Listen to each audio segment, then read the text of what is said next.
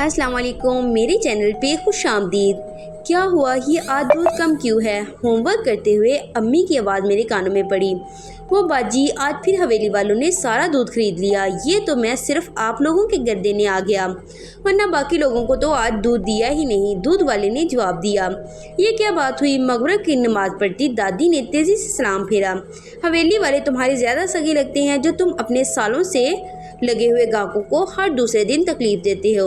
और इतने दूध का वो लोग करते क्या हैं? आखिर वहाँ कौन कौन रहता है? नज़र तो कोई नहीं आता। दादी बड़बड़ा रही थी। अरे अम्मा, हमें क्या, कोई भी रहता हो, वैसे भी इनसे मोहल्ले वालों को कभी कोई तकलीफ़ नहीं हुई। अम्मी दरवाज़ा बंद करते हुए बोली। हाँ, तकलीफ़ ज़रूरी थोड़ी है सिर्फ सताने से तकलीफ़ होती हो। हज़ार तरीके होते हैं दिल जलाने के।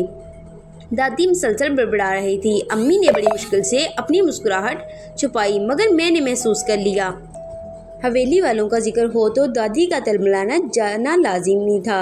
ये कोई आज की बात नहीं थी, बरसों से ये सिलसिला चला आ रहा था। मुझे बच्चा समझकर मेरे घर वाले अक्सर ऐसी बातें मेरे सामने दोहरा लेते थे जो कि काफ़ी मुतनाज़िया हो सकती थी।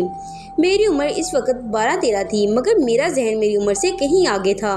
दादी जान की हवेली वालों से यकतरफा दुश्मनी हमेशा से थी, कम अज़ कम मेरी उम्र से कहीं पहले से, और इसकी वजह मेरे मरहूम दादा जान की शदीद हुस्न परस्ती और इश्क मजाजी थी।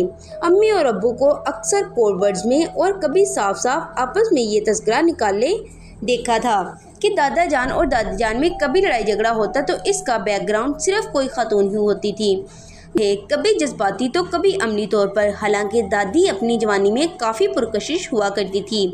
इनका हाल इनके शानदार माजी की तरह साफ अक्कासी करता था, मगर दादा जान की आतिश शौक कभी सर्द ना हो सकी, इनके बुढ़ापे तक में नहीं। शुक्र है मेरे अब्बू में इनकी जीन्स मुंतकिल नहीं हुए, वरना ये जाने क्या होता। दादी भी जज्बा रकाबत में इतनी ही साबित कदम रही जितनी ख़वातीन पर दादा हुजूर का दिल आता गया। दादी इनसे तमाम उम्र की दुश्मनी पालती रही। अब किसी बेचारी खातून को तो इल्म तक ना होता था कि इनके गायबाना तारीफ पर दादी दिन रात मुसल्ले पर बैठकर इनको बद्दुआएं दिए जाती। हवेली से तो दादी को इतनी पुरख्वाश थी कि इनका बस नहीं चलता था कि किसी जालिम हुक्मरान की तरह इनकी ईंट से ईंट बजा देती।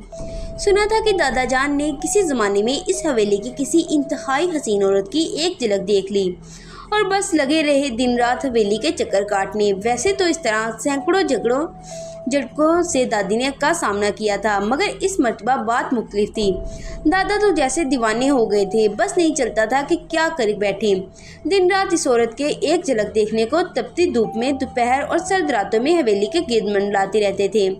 इस कदर बेकरार हो गए थे कि अपनी बहन यानी अब्बू की पुप्पो की मिन्नतें करते थे इनका रिश्ता इस औरत के लिए ले जाएं, वरना वो जहर खा लेंगे। दादी ने ना जाने इस वक्त ये सब कैसे बर्दाश्त कर लिया, शायद मेरे अब्बू और मेरी पुप्पो की वजह से, जो इस वक्त तकरीबन इसकी हम उम्र थी। इस वक्त तकरीबन इसकी उम्र थे, जो अब मेरी और छोटी बहन अंबर की होगी। फिर न जाने क्या हुआ, कैसे हुआ, दादा ने अपनी ज़िद और हवेली के फेरे लगाने छोड़ दिए, मगर इनके जहन और दिल से वो औरत कभी ना निकल सकी। अपनी आखिरी उम्र तक इसके तजुर्बे पर वो शाहरुख खान की तरह सचमुच हकलाने लगते थे। बरस हा बरस गुजर गए। दादाजी दुनिया छोड़कर चले गए अपनी रंगीन मिजाजी के कई निशानों के साथ। मेरे अब्बू जवान हुए, मैं और अंबर पैदा हुए और हवेली पर वक्त ने बहुत सारी गिरद छोड़ दी। रानी के बाबा, मैंने इन लोगों को हाँ कहलवा दी है। दो एक दिन में वो रानी को देखने आएंगे। रानी की माँ ने चूल्हे में लकड़ियाँ सुलगाते हुए रानी के बाप को इतला दी, जो आलती पालती मारे बैठा न जाने किन सोचों में गुम था। मैंने तुझे मना किया था ना कि ना लड़के वालों को रानी को देखने ना देना। रानी का बाप सुनते ही भड़क गया। ऐसा कभी हुआ है? रानी की माँ भी गुस्से में आ गई। भला लड़की को देखे बगैर, बाले बगैर भी कोई ब्याह कर ले जाता है? अपनी लड़की की सूरत देखी है तूने? कोई मन भर सोने के साथ भी इसको मुश्किल से अपनाएगा, और यहाँ तो कील भी नहीं है देने को। तो क्या रानी सिर्फ मेरी लड़की है या मैंने अपने हाथों से इसकी शक्ल बनाई है? रानी की माँ ने गुस्से से चिमटा ज़मीन पर दे मारा। तूने ही जना है इसे, न जाने क्या खाकर, जितनी मनहूस खुद है इतनी मेरी ज़िंदगी कर दी है। रानी का बाप रोज़ का कायदा दोहराने लगा। हाँ, मुझसे शादी से पहले तो तू बड़ा राजकुमार था ना, जन्मों का स्पेरा है। चल, पैदा मैंने किया तो ब्याहना तो तेरी जिम्मेदारी है। कील नहीं है जहेज के नाम पर तो डूब मर जाके। रानी की माँ हिसाब बराबर करने लगी। कोठरी नुमा कमरे में पड़ी रानी के कानों में ये मुज़ाकरात बआसानी जा रहे थे। कई सालों से ऐसा ही हो रहा था। जब से रानी 15 की हुई थी तब से लड़के वालों ने उसे देखने आ रहे थे, मगर 20 साल की होने के बावजूद कहीं बात न बनी। वजह रानी की सूरत थी। गहरी सांवली रंगत तो इनके तमाम नाते वालों की सांवली ही थी। मर्द या तो सपेरे थे या छोटे मोटे मजदूर। सूरज देवता से इनके दिन भर आंख मिचौली चलती थी। रंग मजीद तब जाता था। औरतें सब्जी उगाती, तोड़ती, अपने खुले सीनों में काम करती थी। 13-14 के होते ही ब्याह हो जाता, ढेरों बच्चे होते और सब रंग रूप में चंद सालों में ना जाने कब बेवफाई कर जाता। मगर रानी की तो शान ही निराली थी। वो शाम रंग नहीं बल्कि शब रंग लेकर पैदा हुई थी। नाक नक्शा गुजारे से भी कम था, मगर एक चीज़ सब पर बाजी ले गई थी। रानी का पिता नस्लों से सपेरा था। ना जाने किन किन जंगलों में रात दिन भटकता और इंतहाई नायाब सांप पकड़ता और फिर इनको अपनी सुई हुई किस्मत के मुताबिक इंतहाई कम दामों में बेच देता। सांपों में ज़िंदगी गुजार कर इसका मिजाज इंतहाई जहरीला हो गया था और ज़ुबान हर वक्त डसने को तैयार रहती। इसका बाप दादा भी सपेरे थे। रानी का पिता को सांपों की इतनी अक़साम याद थी कि क्या किसको अपनी महबूब के नक्शो निगाह अज़बर होते हैं। रानी इसकी सबसे बड़ी बेटी थी और अपनी बातों के बरक्स इसके दिल में रानी की बड़ी मोहब्बत थी।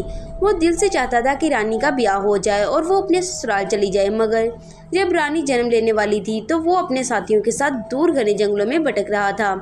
किसी कीमती नायाब सांप की तलाश में। सांप मिला, काला सियाह भयानक, कोई गजबर लंबे फन वाला।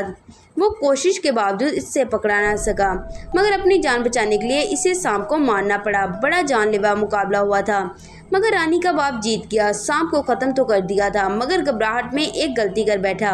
अपने बाप दादा की ज़िंदगी भर की सिखाई एक नसीहत भूल गया। जब भी सांप को मारो इसका सर कुचल दो, खासकर इसकी आंखों।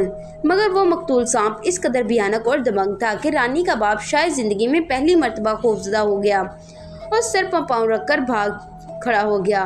घर पहुंचकर भी कई रातें सो न सका। हर सरसराहट पर इसको लगता शायद सांप की नागिन बदला लेने आ पहुंची है। नागिन खुद बेनफ्से नफीस तो कभी ना आई, मगर जब रानी पैदा हुई तो पैदाइशी तौर पर इसके गहरे सांवले चेहरे पर एक अजीबोगरीब बर्थ मार्क था। इसके दाहिने गाल पर थोड़ी तक एक शबीहा थी, एक सांप की शबीहा। स्कूल से वापस घर जाते हुए मेरे जहन में एक ख्याल लहराया और मैंने फ़ौरन इस पर अमल भी किया।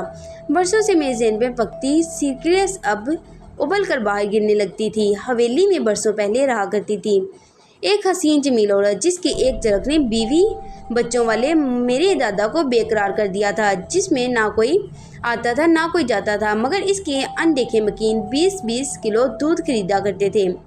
मुझे और अंबर को स्कूल के अलावा अकेले बाहर जाने की इजाज़त नहीं थी और हवेली का तो नाम लेना भी हमारे घर में गुनाह समझा जाता था।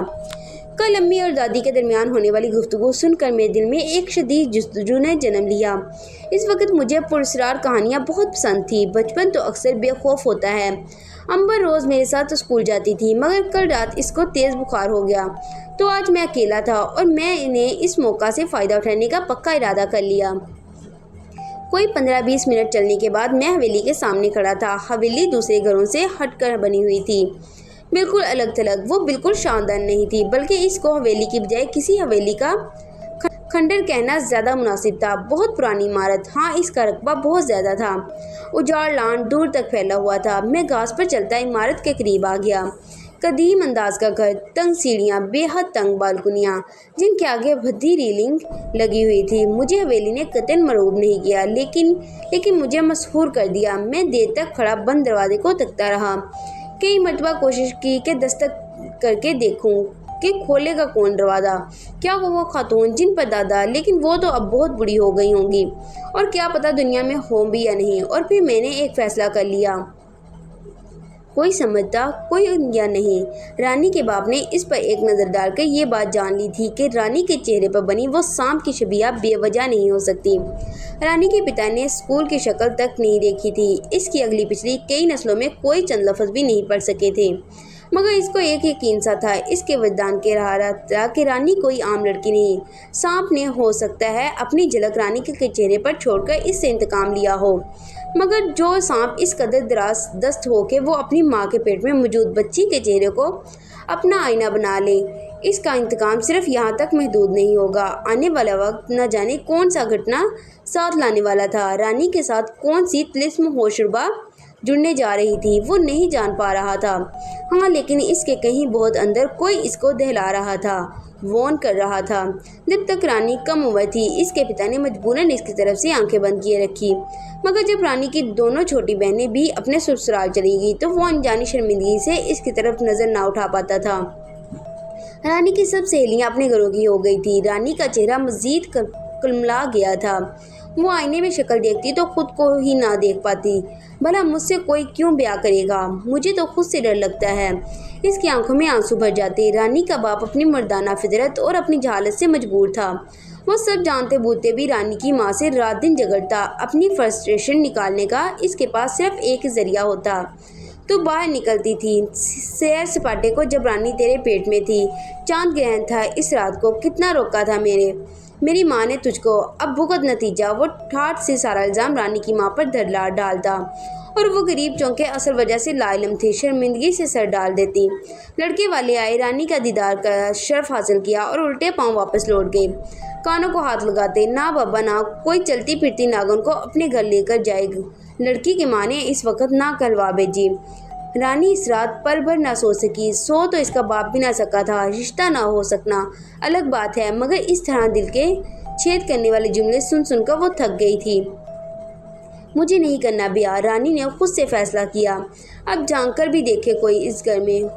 मैं खुद थूकती हूँ सब पर, मगर पूरी ज़िंदगी इस तरह अकेले कैसे? कोई तो हो बातें करने वाला, प्यारी प्यारी कहानियाँ किसे सुनाने वाला, दिल बहलाने वाला और तारीफ करने वाला।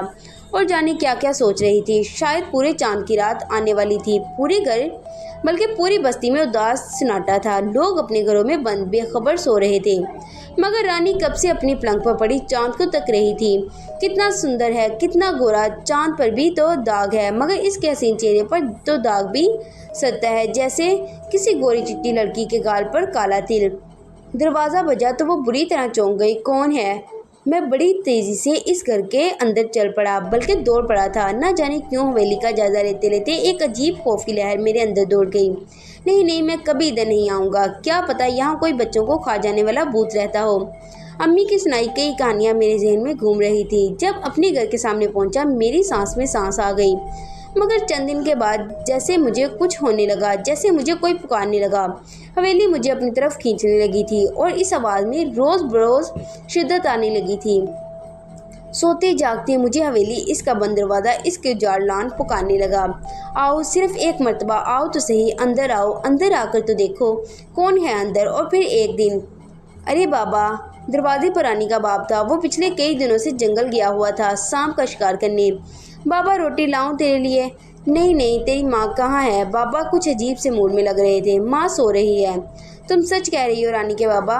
रानी की माँ की आवाज़ में सख्त हैरत उतर आई। अरे हाँ, ये सांप अनमोल है, कई सदियों में पैदा होता है और फिर सदियों जीता है। अगर इसकी सही कीमत लग गई तो समझ वारे न्यारे हो जाएंगे और फिर मैं रानी का ब्याह कर दूंगा, घर भर के दहेज दूंगा, लड़के वालों का मुंह मांगा।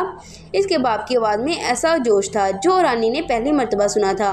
ये सांप देवता है, इसमें मदहोश होता है। अगर ये किसी मर्द को काटे तो इसका कांटा पानी नहीं मांगता, लेकिन अगर ये किसी औरत को डस ले तो वो औरत दुनिया की सबसे सुंदर औरत बन जाती है। वो सदियों जिंदा रहती है और हमेशा जवान रहती है। रानी दरवाजे से कान लगाए दम साधे ये अलिफ लैला सुन रही थी। अगर इस सांप के अच्छे दाम लग गए, चिड़ियाघर वालों ने उसे खरीद लिया तो नया पार्क लग जाएगी। रानी के बाप की आवाज़ में अजीब आस उतर आई।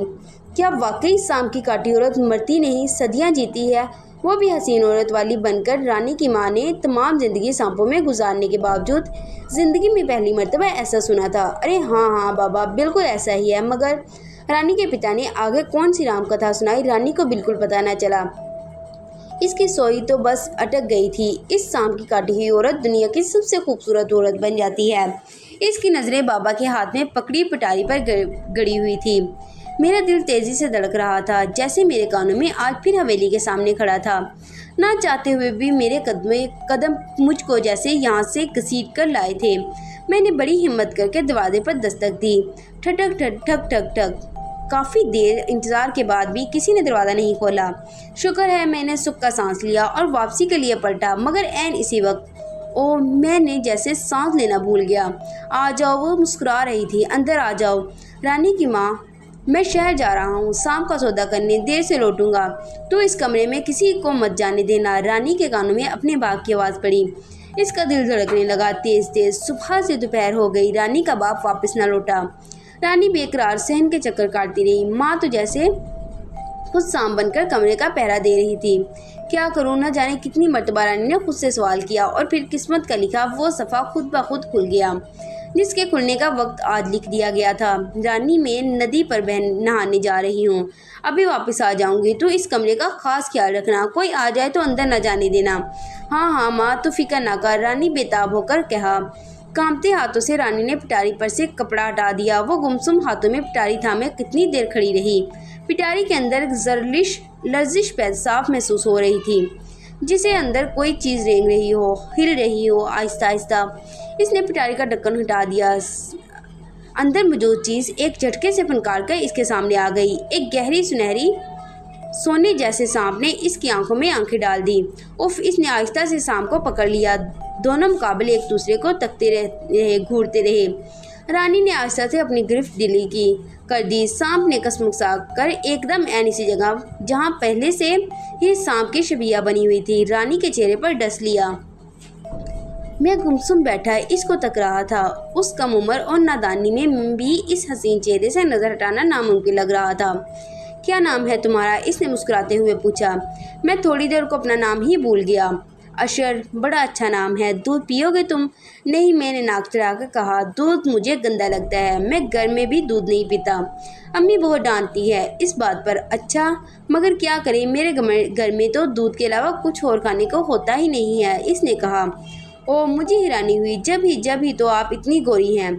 वो ज़ोर से हंसने लगी। इसके मोतियों जैसे दांत चमकने लगे। मैं फिर खो गया। अरे आंटी, वो क्या है? मेरे मुंह से चीख निकलते निकलते रह गई। कमरे के दरवाजे पे कोई चीज़ रेंग रही थी। सांप, एक बारीक सुनहरी सांप। अरे डरो नहीं। इसने इत्मीनान से सांप को उठा लिया जैसे कोई खिलौना हो।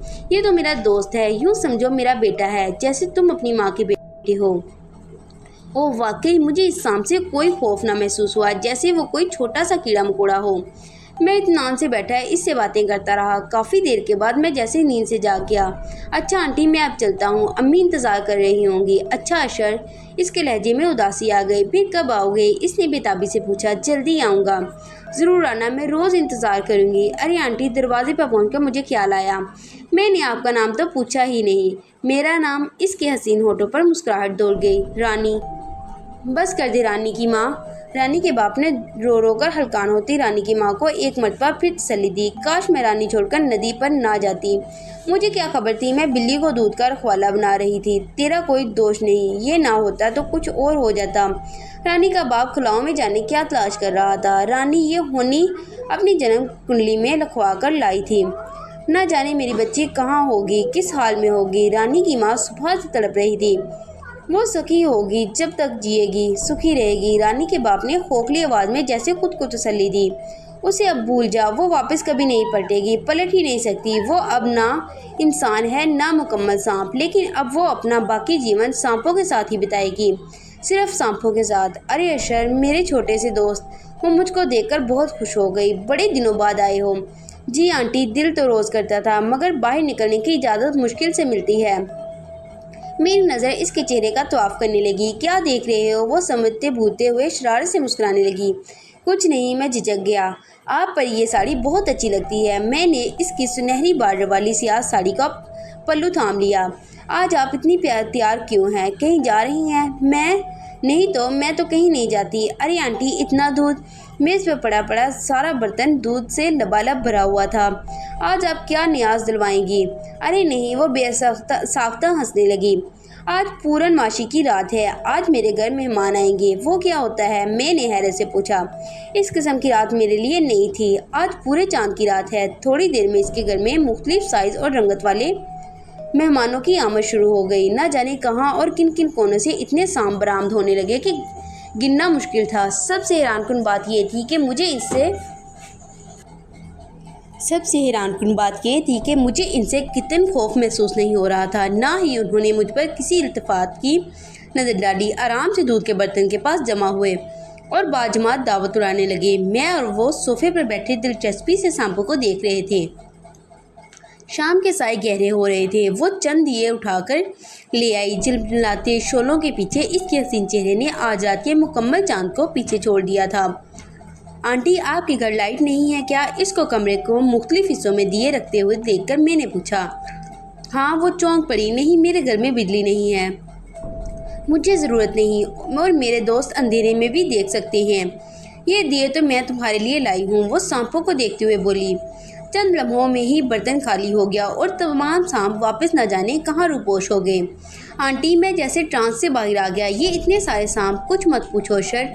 इसके लहजे में कुर्ब उतर आया। तुम नहीं समझोगे, बस वादा करो कभी किसी से इस बात का जिक्र नहीं करोगे और हाँ ना कभी हाँ ना छोड़ोगे। इसने इल्तिजा की।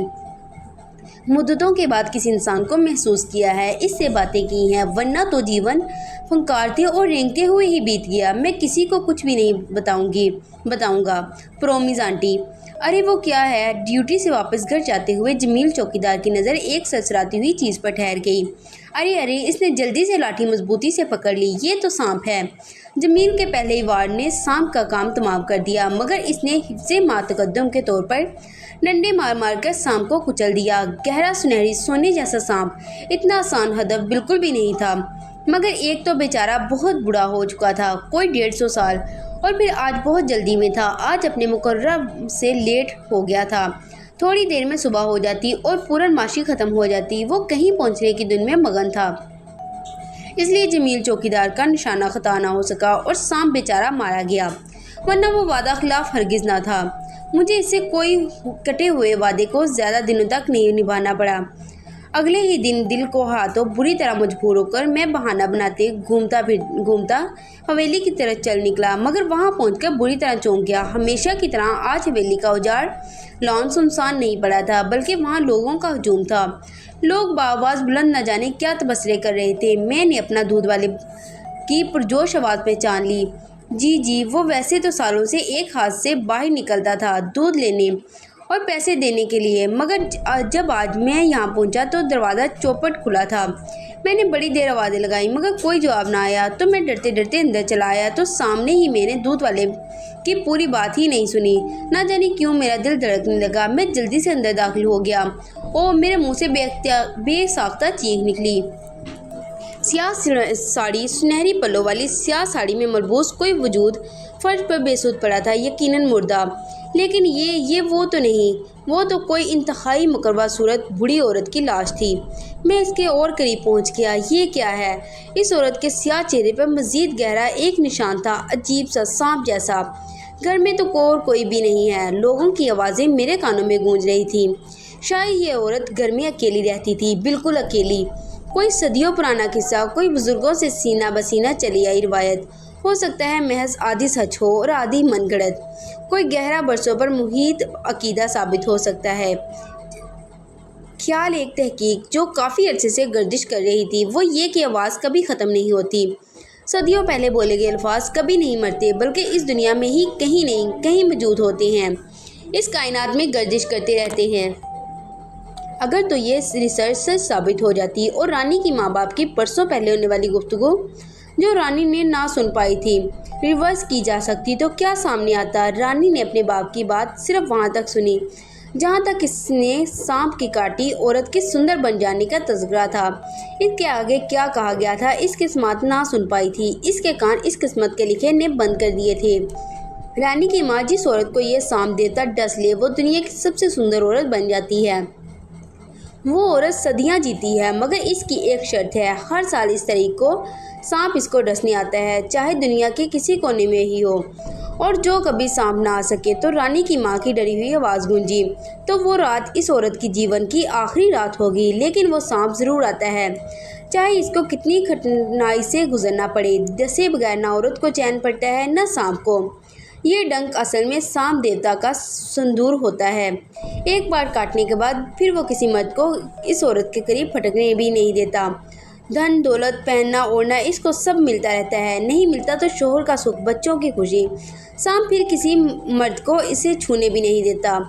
हाय राम, रानी की माँ ने दिल पर हाथ रख लिया। तो ऐसी सूरत का क्या फ़ायदा कि फेरों के बिना ही विधवाओं जैसी उम्र बतानी पड़ जाए। ऐसा ही है रानी की माँ, कभी कभी जीवन नहीं रहता, पहेली बन जाती है। रानी का जीवन भी शायद एक पहेली था। अगर मेरी कहानी आपको अच्छी लगी है तो लाइक और शेयर ज़रूर करें और मेरे चैनल को सब्सक्राइब भी कर दिया करें। इससे हमारी हौसला अफजाई हो जाती है।